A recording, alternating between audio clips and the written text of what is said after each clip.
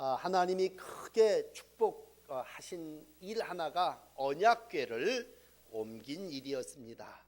전쟁을 해서 남의 나라를 쳐서 땅을 빼앗는 것도 중요하지만 영적으로 신앙생활을 하면서 언약궤를 이제 자기의 자리에다 갖다 놓는 게 참 중요했죠. 그래서 다윗은 다윗성으로, 지금 예루살렘 성이죠, 내가 궁궐을 짓고 그 다음에 하나님의 궤를 모셔와야 되겠다. 그래서 그동안 오벳 에돔의 집에 있던 법궤를 다윗성으로 옮기는 작업을 역대상 15장 16장에 하고 있습니다. 여러분 혹시 지난 주일날 기억하신다면 별로 그렇게 말씀에 의지하지 않았어요. 그래서 언약궤를 옮겨오는데 처음엔 어떻게 했냐면 새 수레에다가 언약궤를 싣고 그리고 올라오게 되고, 그러니까 이제 수레가 이렇게 저렇게 움직이니까 웃사라고 하는 사람이 그 수레를 이렇게 언약궤를 넘어질까 봐 붙잡았잖아요. 참 놀라운 건 그 언약궤를 붙잡은 웃사가 그 자리에서 죽어버렸습니다. 즉사해버렸죠. 그래서 다 두렵고 깜짝 놀랐죠. 그리고는 겁이 나니까 오베데돔이라고 하는 집에 석 달 이제 그것을 두게 되고, 다시 이제 한번 제 언약궤를 예루살렘으로 옮기는 일을 하게 됩니다. 일부 예배에도 말씀을 드렸지만 여러분 실수하고 실패할 수 있습니다. 우리가 살면서 작년에 실수한 거 있어요. 실패한 거 있습니다. 그러나 중요한 건 그 실수와 실패를 반복하지 않으면 된다고 금요 기도회에도 또 여러분들에게 말씀을 드린 기억이 나요. 하나님의 율법에 의하면 언약궤는 매게 돼 있습니다. 그래서 사람이 메고 올라가야 정상인데 우리가 쉽게 편리하게 모든 것을 생각했고 결국 내가 하나님을 세운다, 내가 하나님을 붙잡아준다, 그래서 하나님이 넘어지려고 하는데 내가 붙잡았다, 이건 신앙이 아니죠. 그러므로 웃사는 그렇게 자기가 생각할 땐 내가 뭘 그렇게 죽을 죄를 졌나 그렇게 생각하지만 하나님은 아주 준엄하게 심판을 하셨습니다. 그리고 다윗도 정신을 버떡 차렸겠죠. 우리가 신앙생활을 하면서 때로는 실수와 실패를 통해서 정신을 차려야죠. 그리고 이제 15장에 와서 레위 자손이 언약궤를 매자. 하나님이 율법으로 가르쳐 주신 거거든요. 그동안에 레위 자손이 이 일을 감당하지 못했다면 레위 자손이 우리가 언약궤를 매자. 그래서 언약궤를 메고 올라오게 됩니다. 오늘 그래서 이제 뒤에 부분만 읽었습니다만 15장 14절을 보시면요, 제사장들과 레위 사람들이 이스라엘 하나님 여호와의 궤를 어떻게 해요? 메고 올라갔다. 그렇죠. 언약궤를 메고 올라가니까 아무 문제가 없어진 거예요. 그 다음 전에보다도 더 어떻게 했느냐, 몸을 성결하게 했다는 얘기죠. 하나님의 거룩한 보혈로 우리가 깨끗하게 씻음 받은 것처럼 거룩하게 하고 하나님의 말씀을 따라 15절 한 절만 더 앞에 건너뛰셨으니까 보세요. 여호와의 말씀을 따라 명령한 대로 레위 자손이 체해 하나님의 궤를 꿰뚫어 어깨에 매니까 더 이상 하나님과의 충돌이 일어나지 않은 거죠. 그래서 저 13절에 보시면 여호와께서 우리를 찢으셨다, 여호와께서 우리를 충돌했다, 옛날 성경이 그렇게 기록되어 있다면 자기 식대로 자기 계획대로 내 생각엔 이왕이면 좋은 수레에다가 소에다가 담아서 모시는 게 좋겠다 그랬지만 결국 말씀 따라 살지 않았을 때 그 행위는 언약궤를 모셔오는 일이 좋은 일이었음에도 불구하고 실패와 실수를 하게 된 거죠. 그래서 이제 다시 한번 다윗은 이래서는 안 되겠구나. 그래서 16절 보시면 찬양대원들 그리고 모든 재주를 가진 이들을 부릅니다. 특별히 헤만, 아삽, 에단 이런 사람들은 성가 지휘자예요. 그러므로 기뻐 복을 외치는 자들을 앞장 세우고 하나님 앞에 영광을 돌리고 이제 시작하게 됩니다. 자, 한 해를 시작하면서 오늘 이제 첫 번째 찬양 예배를 드리시는데, 여러분 이 16절에서부터 그동안의 실수와 실패를 우리가 마음에 다 하나님 앞에 회개함으로 내려놓고 성결하게 하셨다, 그렇게 기억하실 때 16절에서부터 보면 노래하는 자들을 세우고 여러 악기를 울리면서 즐거운 소리를 크게 내라. 그리고 이제 제대로 찬양을 하는 거죠. 여러분, 우리가 이 세상을 살아나가면서 하나님을 기쁘시게 하는 일이 뭘까? 그랬을 때 그건 바로 찬송입니다. 왕을 맞이하는 자세. 그랬다면 옛날에 저희들은 무슨 행사가 있으면요, 깃발 들고 나가서 길에서 오는 사람을 막 깃발을 휘두르면서 환영을 했습니다. 맞이했습니다. 그래서 자주 불려다니면서 여기저기 가서 태극기를 흔들기도 하고 어서 오라 그러고 박수를 치고 그랬습니다. 여러분, 하나님의 언약궤가 온다고, 하나님의 임재가 내게로 다가올 때에 우리가 할 수 있는 일은 뭐냐? 크게 찬송하는 겁니다. 기뻐 외쳐 찬송하는 건데, 그 마음이 16절에 즐거운 소리를 크게 내라. 그러므로 오후 예배를 드리시는 여러분들에게 부탁, 당부를 드립니다. 올 한 해 동안도 큰 소리로, 즐거운 소리로 하나님을 찬양하시는 여러분들이 되시기를 바랍니다. 우리 시브리 말로 바라크라고 하는 말이 있어요. 바라크. 무슨 말이냐 할 때 그건 축복인데, 축복이 나에게 어떻게 오느냐? 기뻐 외쳐야 내게 복이 온다는 얘기예요. 그러면 외칠 건 두 가지예요. 첫째는 좋은 말을 하는 게 축복이요, 하나는 찬양하는 게 축복이에요. 그러면 좋은 말은 누구에게 해요? 이웃에게. 찬양은 누구에게? 하나님에게. 그러므로 하나님을 향해서 찬양하시고 이웃을 향하여 바라크, 축복의 좋은 말을 할 때에 하나님께 영광이 되고 이웃들 속에 화평이 이루어지게 될 줄을 믿습니다. 열심으로 찬송하시되, 오늘 특별히 하나님께서 우리에게 주시는 찬양의 방법 중에 하나는 뭐냐? 즐거운 소리로 크게 찬양하란 말이죠. 그러니까 어린아이들 때서부터요, 찬송은 훈련입니다. 많이 찬송하는 자가 하나님께 영광을 돌리는 거고, 하나님에 대한 칭송과 감사를 찬양 외에는 돌릴 게 없다 생각하시고, 여러분 많이 찬양하시고 즐겁게 찬양하시는 찬양의 제사로 하나님께 영광을 돌리시기를 바랍니다. 특별히 어려운 일이 있으십니까? 바울과 실라가 옥중에서 찬송했던 것처럼 바벨론 포로 생활에서 해방됐을 때 시편 126편 2절에 보니까요, 그때 우리 입에는 웃음이 가득하고 우리 혀에는 찬양이 찼도다. 구원해 포로에서 나를 해방시켜 주셨으니 우리 입에는 웃음이 가득하고 우리 혀에는 찬양이 찼도다. 이게 바로 하나님을 찬양하며 즐거운 소리로 크게 노래하는 이들의 모습이에요. 그들 가운데 우리가 좀 낯선 단어 한 두 개만 소개해드리고 오늘 이제 본문을 여러분들에게 자세하게도 안내해드리고 싶은데, 20절에 가서 보면요, 이러이러한 사람들이 찬양을 한 거예요.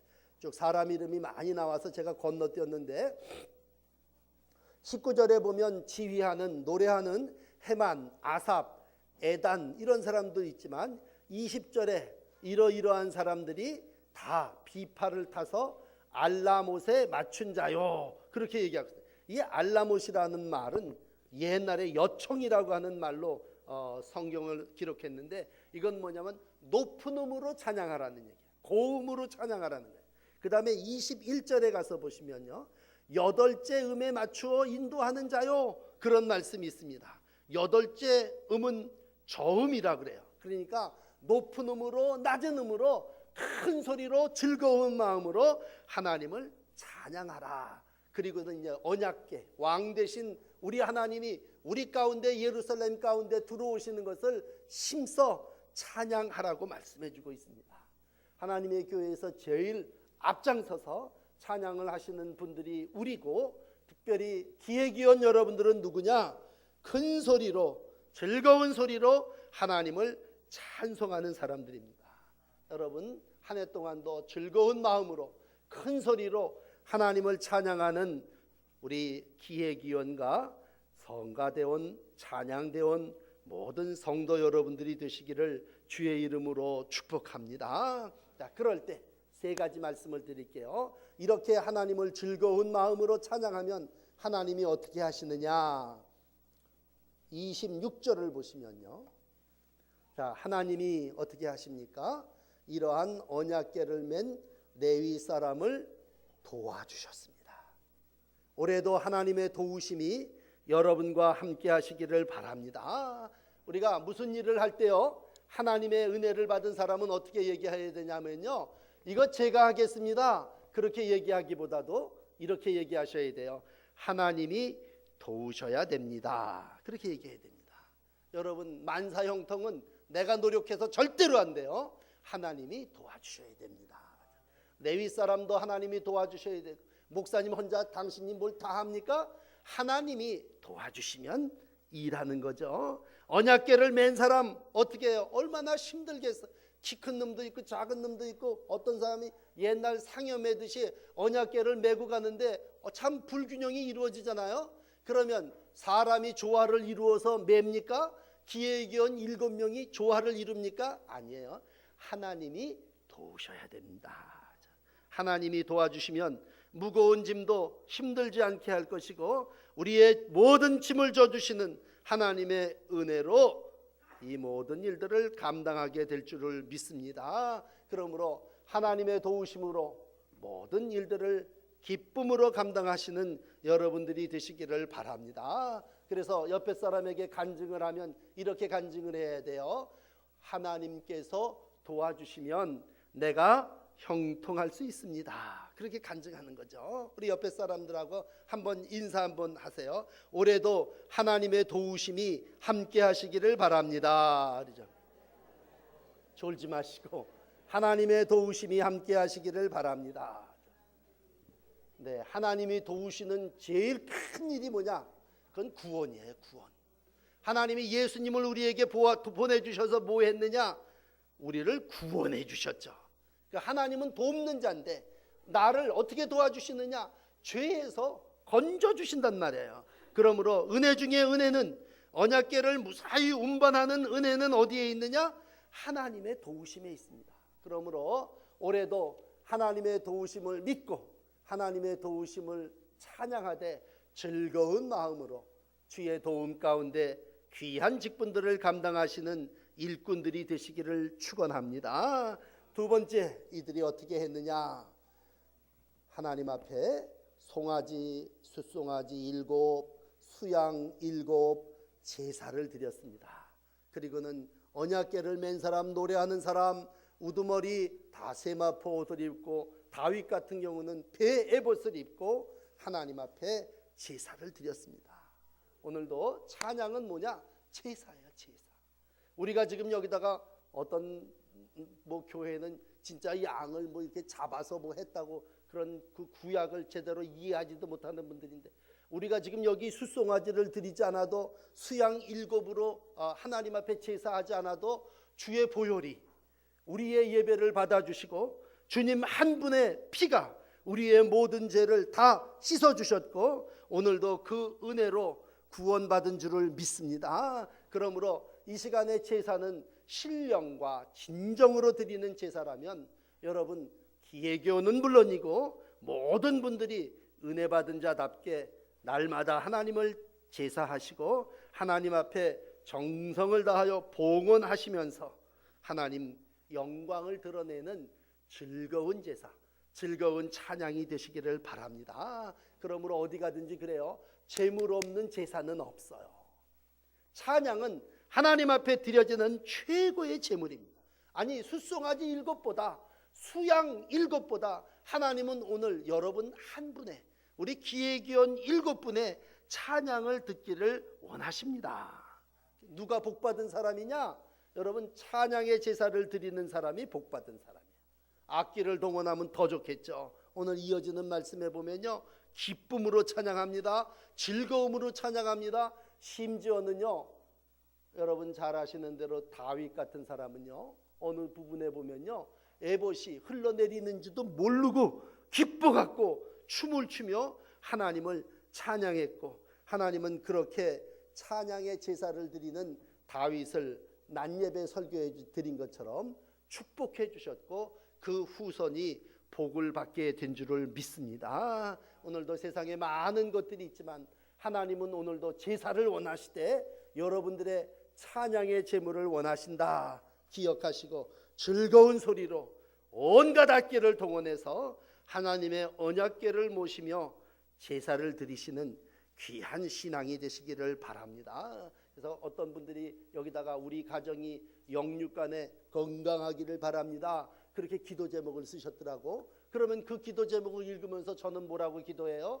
이 사람이 오늘부터 시작해서 1년 365일 동안 예배를 잘 드리게 해주시옵소서. 여러분 52주 예배 안 빠지는 건 52주 건강하다는 거예요. 영적으로도 건강하고 마음도 건강해서 시험도 안 들고 몸도 아파서 병원에 가 있으면 예배당에 나오고 싶어도 못 나오잖아요. 그러니까 내 영과 혼과 또 몸이 건강하다는 건 내가 날마다 하나님 앞에 예배 드린다는 거예요.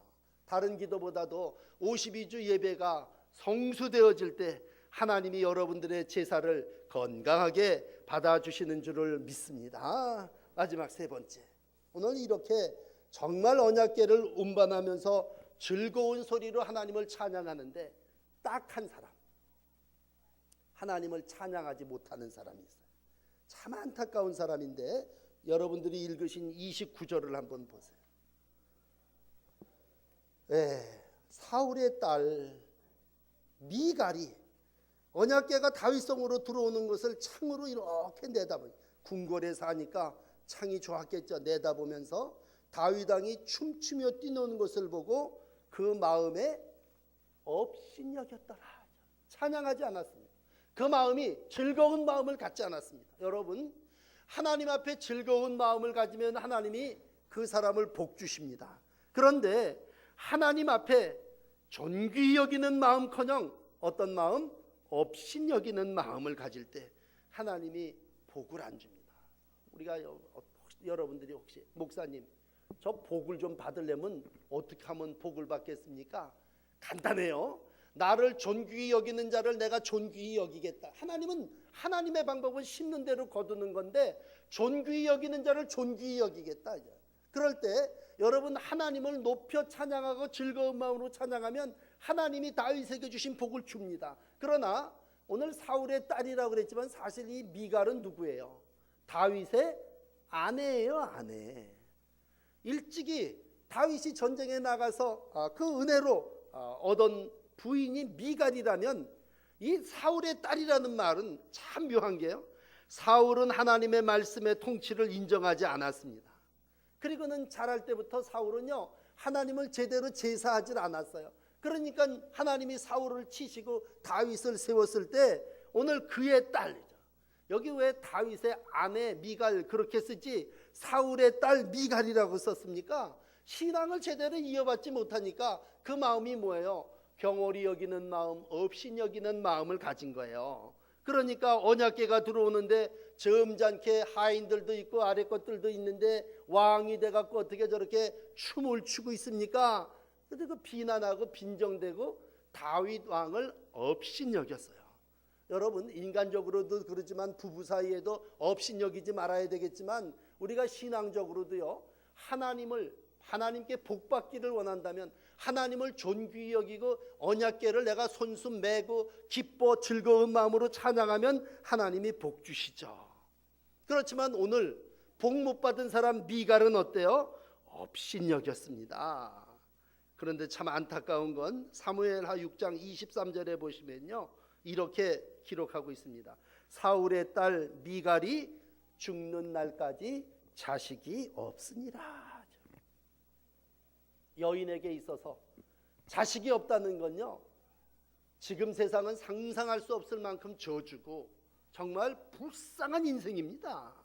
하나님께서 인간에게 주신 복이 있다면 하늘을 열고 창조하신 다음에 너 생육하고 번성해라, 이게 하나님이 인간에게 주신 복이에요. 그러므로 새해가 되면 복 많이 받으십시오. 그 얘기는 이 땅에서 생육하고 번성하십시오 그래. 그런데 생육과 번성이 중단된 사람이 누구냐? 태가 닫힌 여자입니다. 그러면 하나님이 왜 미갈의 태를 닫으셨느냐? 그 마음을 하나님께서 왜 모르시겠어요? 그 마음이 업신여기는 마음 가졌기 때문에죠. 비록 다윗에게 조광지처지만 그의 마음이 하나님을 즐거운 마음으로 함께 찬양하지 못했기 때문에 창문으로 삐쭉 내다보고 있는 미갈을 하나님은 태를 닫으시고 죽는 날까지 자식이 없는 벌을 내렸다면 오늘 수치스러운 삶을 살았습니다. 여러분, 어떤 때는 그래요. 점잔을 빼는 게 신앙생활이 아닙니다. 하나님 앞에는 다 누구예요? 어린아이 같은 것. 아버지 앞에 다 자식같이 우리는 오늘도 어떻게 제목을 드린 대로 즐거운 마음으로 찬양하고 헌신해야 됩니다. 여러분들의 관계가 하나님과 사람들을 업신여기는 관계가 아니라 다윗과 함께 춤추고 뛰놀며 즐거운 마음으로 언약궤를 모신 예배생활 신앙의 자세가 되시기를 바랍니다. 삶이 어떻게 어렵든지 간에 그건 중요하지 않아요. 우리가 어떠한 삶을 산다 그랬을 때 사실 여러분 중에 감옥 갔다 온 사람 몇 사람, 바울과 신라 같은 사람은요 옥에 갇혔어요. 예수 전하다가 옥에 갇혔단 말이에요. 그런데도 그 옥중에 밤중에 착고에 매어서 뭐 했습니까? 찬양했습니다.